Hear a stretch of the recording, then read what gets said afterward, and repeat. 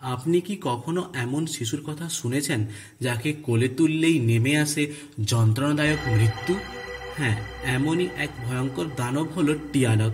ফিলিপাইনের লোককথা মতে এ সেই শিশুদের অতৃপ্ত আত্মা যারা জন্মের সময় বা জন্মের কিছুদিনের মধ্যে মারা যায়, কিন্তু তাদের কবরস্থ নিয়মিত আচার মেনে করা হয় না, পরিণত হয় টিয়ানকতে। এই দানব রাতে অন্ধকারের গভীরে শিশুর রূপে নির্জন পথের ধারে বা জঙ্গলে কান্না করে। কোনো সহানুভূতিশীল পথিক সাহায্যের আশায় কোলে তুলে নিলে বেরিয়ে আসে তার আসল রূপ।